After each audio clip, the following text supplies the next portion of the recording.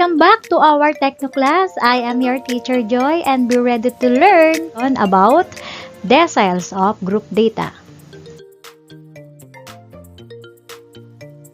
For the objectives today, at the end of the lesson, you will be able to tabulate the ungrouped data, describe the group data, interpret the computed value for the kth decile, and reflect the use of decile to real life. Here are some essential words that might help you or guide you to deeply understand the topic today about deciles of group data.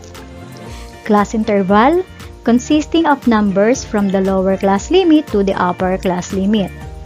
Lower class limit is the lowest value in a class. Upper class limit is the highest value in a class.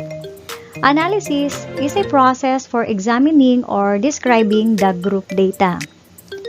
Interpretation, an action that obtained from the computed value where the statements in the analysis used as a basis. Let us review your past lesson involving deciles of ungrouped data. Remember that deciles divide the data distribution into 10 equal parts. They are first decile, second decile, third decile, fourth decile, fifth decile, sixth decile, seventh decile, eighth decile, and ninth decile. Again, they are the measures that use to separate your ungrouped data into 10 equal parts. Today, deciles are used to divide the total frequency of group data into 10 equal parts, and the formula to be used is the same as the quartiles. Okay, but the difference is the denominator of our locator, for which the intended value is located for the kth decile. Okay, so this of k is equal to LB plus the quantity of Kn all over 10 minus Cf of B all over F of D of K times I. LB is the lower boundary of the class D of K class. N is the total number of data or total frequency. Cf of V is the cumulative frequency of the class before the D of K class. F of D of K is the frequency of the D of K class. I is the size of class interval. K is the kth decile where K can be 1, 2, 3, or up to 9. D of K is the kth decile's value. Okay, so let us now use and apply this formula to be able to solve problems involving deciles for group data and somehow use this as a basis for the interpretations. Example, Mr. Cyrus, a bank manager, observed the bank deposits in one specific day. The deposited amounts in Philippine peso are shown as follows: 1,150, 9,000, 750, 7,000, 5,000, 1,200, 1,500, 7,500, 6,500, 1,750, 1,600, 1,200, 1,000, 1,100, 11,000, 13,500, 8,500, 4,500, 12,500, and 1,400. Okay, so in this problem, you need to find the sixth decile. Okay, so please be reminded the way we process the quartiles is also the same with the deciles. So here is the solution. For the first step, compute for the range. Okay, so which is the difference of the highest value and the lowest value. The highest value is 13,500 and the lowest is 750. They make a difference of 12,750. Next, get the interval by dividing the range to the desired number of classes or class intervals. So we have 12,750 divided by 5, since the desired number of classes is 5. Okay, so that makes 2,550. Next, draw a table containing the class interval scores, frequency, lower boundaries, less than cumulative frequency. Okay? So, as what you have learned before, the class intervals, frequency, less than cumulative frequency, and the lower boundary, those are prerequisite or important values for computing the deciles. So, let us start with the lowest class interval. So, our lower class limit is 750. And let us look for the upper class limit that contains 750 plus 2,550, which is the interval, and then subtract the sum by 1 to be able to get the upper class limit, which is equal to 3,299. Okay, so that is our lowest class interval, containing numbers from 750 to 3,299. Or just follow the method or step for finding the class intervals.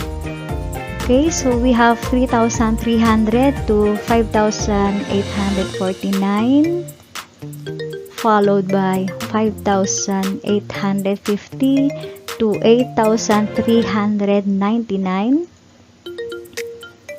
Next, 8,400 to 10,949, and then 10,950 to 13,499, and the highest class interval is consisting of values in peso from 13,500 to 16,049. Okay, so let us now proceed to the frequency. Now, let us begin at the bottom of the class intervals containing numbers from 750 to 3,299 that are belong to the lowest class interval. Let's look for the numbers which are belong to the least class interval. 750, 1,150, 1,200, 1,500, 1,750, 1,600, 1,200, 1,000, 1,100, and 1,400. Okay, so we have 10. Next, class interval 3,300 to 5,849. 5,000, 4,400. Okay, so we only have 2. Next, for the class interval 5,850 to 8,399. 7,000, 7,500, 6,500. Okay, so we got 3. Next, for the class interval 8,400 to 10,949. 9,000, 8,500. Okay, so we have 2. Next, for the class interval 10,950 to 13,499.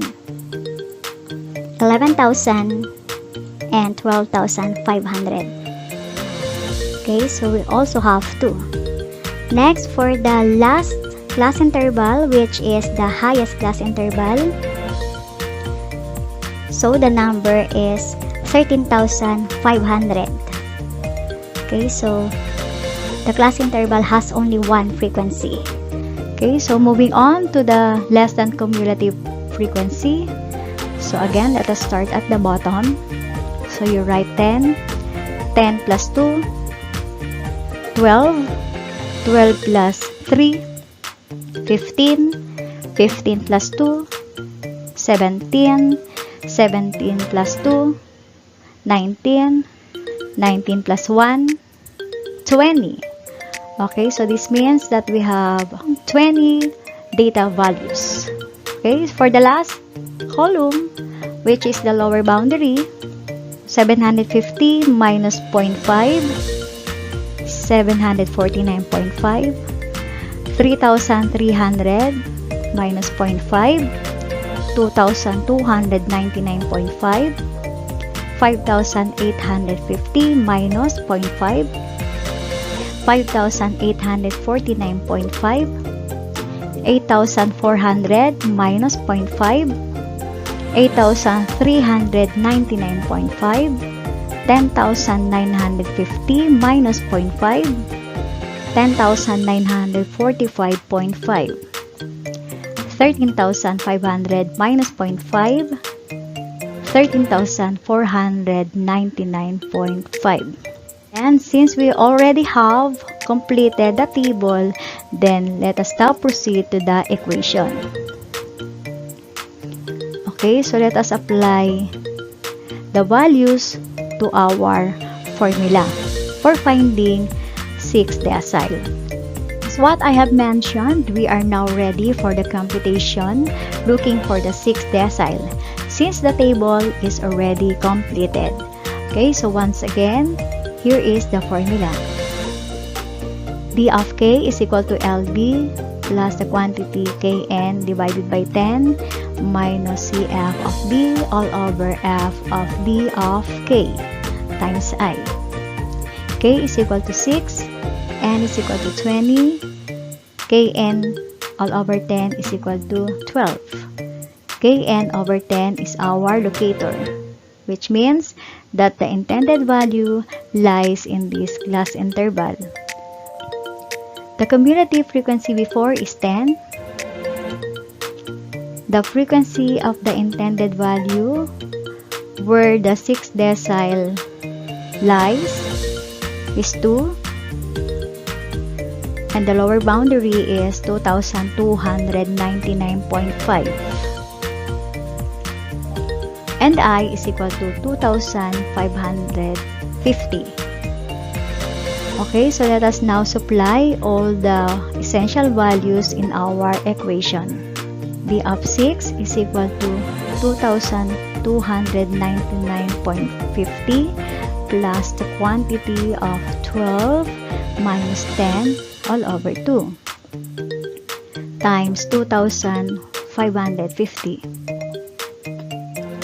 Next, D of 6 is equal to 2,299.50 plus 2 over 2, which is equal to 1 times 2,550, which is equal to 2,299.50 plus 2,550. And then, our 6 decile is equal to 4,849.50 pesos. Use this group data or table and the computed value for 6 decile as your sources for constructing analysis, while the analysis is your basis for the interpretations. I will be showing you 5 examples for analysis and 3 for interpretations. Mostly, the amount deposited in a bank falls between 750 to 3,299 pesos, since the lowest class interval has the highest frequency. The least deposited amount was found at the highest class interval from 13,500 to 16,049 pesos. 60% of the customers deposited an amount of at most 4,849.50 pesos. At most means less than or equal to. 40% of the customers deposited an amount of 4,849.50 pesos and above. The lowest deposited amount is found at the lowest class interval, with amounts ranging from 750 to 3,299 pesos. And for the interpretations, It means that the top 60% of the customers deposited an amount greater than 4,849.50 pesos. Second, it concludes that above 60% of the customers deposited an amount higher than 4,849.50 pesos. And third, it suggests that more than half of the number of customers in just one day deposited 4,849.50 pesos but not less than 2,750 pesos. Using the same table, in our example, calculate the 7th decile, then describe and interpret.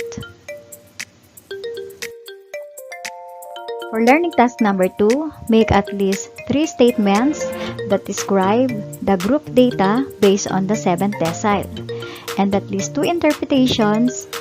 Then, refer to the table below and the computed value from learning task number 1. Learning task number 3.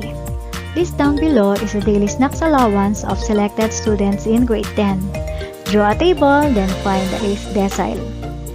The daily snacks allowance of 60 students are 13, 14, 14, 20, 25, 30, 10, 35, 50, 100, 14, 10, 15, 75, 50, 50, 80, 70, 25, 15, 15, 20, 30, 50, 70, 60, 75, 90, 150, 10, 16, 35, 50, 65, 100, 20, 40, 30, 100, 90, 25, 50, 70, 50, 75, 90, 100, 200, 100, 50, 75, 50, 70, 55, 80, 90, 95, 110, 120, and 95. For the last learning task, we have write at least 3 sentences in describing the data and at least 2 interpretations. Refer to your answer in learning task number 3. And for the reflection, write what you have learned about deciles in group data and how you are going to apply that to real-life situation. The substantial information about deciles are found in these references.